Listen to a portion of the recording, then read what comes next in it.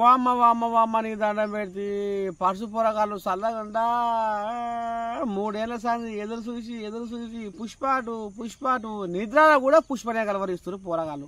ఇక ఈ పుష్ప2 సినిమా చల్లకుండా అల్లు అర్జున్ సుకుమార్ కాంబినేషన్లో మోత మోగుకుంటా ఉరికొచ్చింది. ఇక మరి లేదో జాతర ఆట జాతర సీన్ చేయబట్టి పూనకాలు చల్లకుండా వచ్చే పాయ అని శివశక్తుల కంటే ఎక్కువ వీళ్ళకే వస్తున్నాయి వీళ్ళ పూనకాలు.